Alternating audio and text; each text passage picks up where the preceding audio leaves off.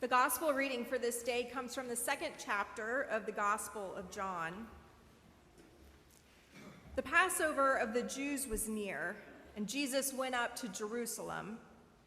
In the temple, he found people selling cattle, sheep, and doves, and the money changers seated at their tables. Making a whip out of cords, he drove all of them out of the temple, both the sheep and the cattle. He also poured out the coins of the money changers and overturned their tables. He told those who were selling the doves, "Take these things out of here. Stop making my Father's house a marketplace." His disciples remembered that it was written, "Zeal for your house will consume me." The Jews then said to him, "What sign can you show us for doing this?" Jesus answered them, "Destroy this temple, and in 3 days I will raise it up." The Jews then said, "This temple has been under construction for 46 years, and will you raise it up in 3 days?" But he was speaking of the temple of his body. After he was raised from the dead, his disciples remembered that he had said this, and they believed the scripture and the word that Jesus had spoken. This is the word of the Lord. Thanks be to God. Last Sunday, we heard the story of Peter rebuking Jesus for speaking too plainly about the suffering that he was going to endure, and Jesus responded by saying, "Get behind me, Satan." You may remember that Pastor John confessed as a part of his sermon that there was a lot of temptation for him in that sermon, which he was seeking to resist. Well, this morning, I think that there's a lot of temptation for all of us in this Gospel of John reading. In my experience, people are not ambivalent about this story of Jesus cleansing the temple. You embrace this snapshot of Jesus, or you quickly put it away and want to pretend that it isn't there. Resist the temptation to ignore this text. This is one of the stories that is remembered and recounted in all 4 of the Gospels. It was clearly an important story for the early church. Don't ignore the story. Sit with the story. Sit with the questions that it raises for you. Sit with the discomfort that it might bring. And while we shouldn't ignore the story, care needs to be taken with how we handle the story.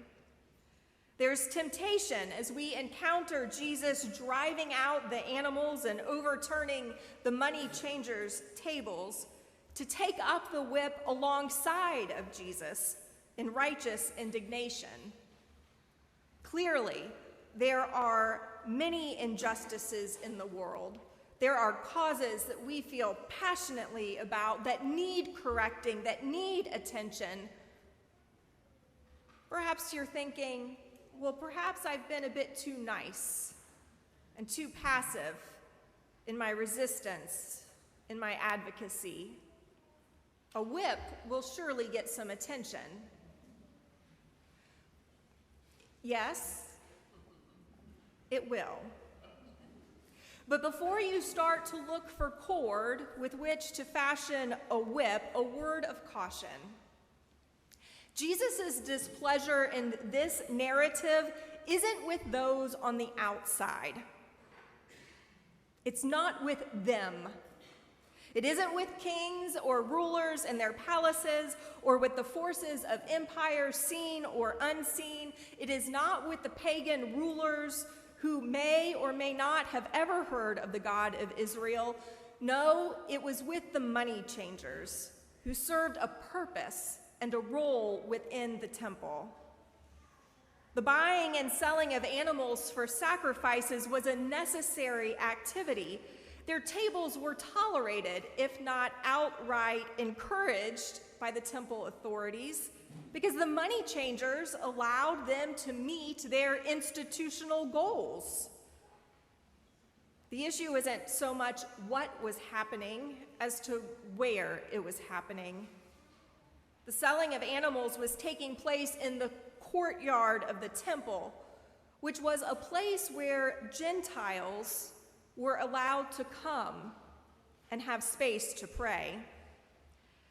So as biblical scholar Dale Bruner describes it, the animal sales are a legitimate happening in illegitimate space because it is cutting off communion with God for a certain group of people. A legitimate happening in illegitimate space because it was crowding out the only space the Gentiles had for prayer. Now, this text would be much more palatable if Jesus' condemnation was directed at the powers and the principalities of this world, the nations and their rulers who oppress their people for their own personal gain, for wealth or for stature. But it is not. This text is about people who, in their own time and in their own place, we're trying to do what the pastors, what the session, what the committee members here in this time and this place are seeking to do.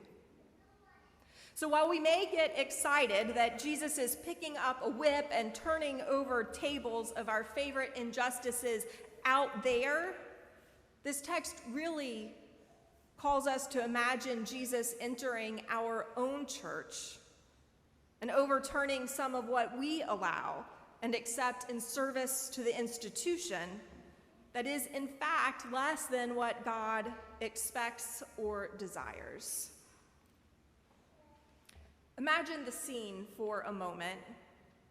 But rather than picturing what it looked like at the temple in ancient Israel, like your bulletin cover, imagine the scene unfolding here in this place, this very morning at Palmacia Presbyterian Church. Imagine as you walked up to the front steps of the portico, it was littered with hymnals and pew Bibles just scattered about. The pages are open and flapping in the breeze. Some were damp from the rain that had happened earlier. The spines were broken. Before you can begin to peer in through the narthex doors to see what is going on and to make sense of what you're seeing, there is a large crash that has you running up the sidewalk of Himes. And what do you see but what used to be an organ bench that looks like a pile of kindling surrounded by colorful, shiny, broken glass? As you draw near to investigate, you are driven back because one after another come heavy brass projectiles, candlesticks, and flower vases and Bible stands. This can't be happening. You certainly can't allow for this to happen. So you run back around to the front of the sanctuary and you see Susan, always faithful in her post at the sanctuary doors, hastily running out. Bert, the steadfast steward of sanctuary order, is quickly at her heels, and in quick succession come pastors John, and Nicole, flying out as if somebody took them by their stoles and flung them out the doors. You look around for help. Certainly there must be help. There's a police officer right there, so helpful. You go up to him, ready for him to help you make sense, and he looks at you and shakes his head and holds up his hands as if to say, "Not my jurisdiction." Bewildered and confused, probably fearful, you rush into the sanctuary to discover for yourself the source of the destruction and the chaos. You thought that you had braced yourself for whatever might be inside, but what you weren't prepared for, you weren't prepared for him. You weren't prepared for him. Yet there is Jesus looking as if he had simply walked out of that stained glass window, standing here in our midst, and instead of holding a lantern is holding a whip. And before you can say or do anything, you remember he had said, "Zeal for my Father's house will consume me."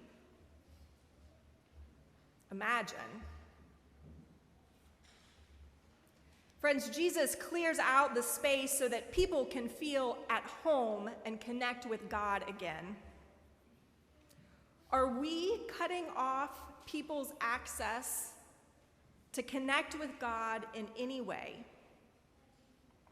Even if the reasons are legitimate or started out with good motives, like trying to make it easier for some to participate by having animals readily on site, who is being pushed out? This is a significant reminder worthy of our own reflection during Lent as we seek to draw nearer and closer to God. This is a significant reminder worthy of our own reflection as we prepare our hearts and our minds to share in the sacrament of communion, to share in this feast at this table. As we seek to draw nearer and closer to God, and as Jesus welcomes us to this table, it is worth our prayerful consideration. Are we cutting off people's access to connect with God in any way?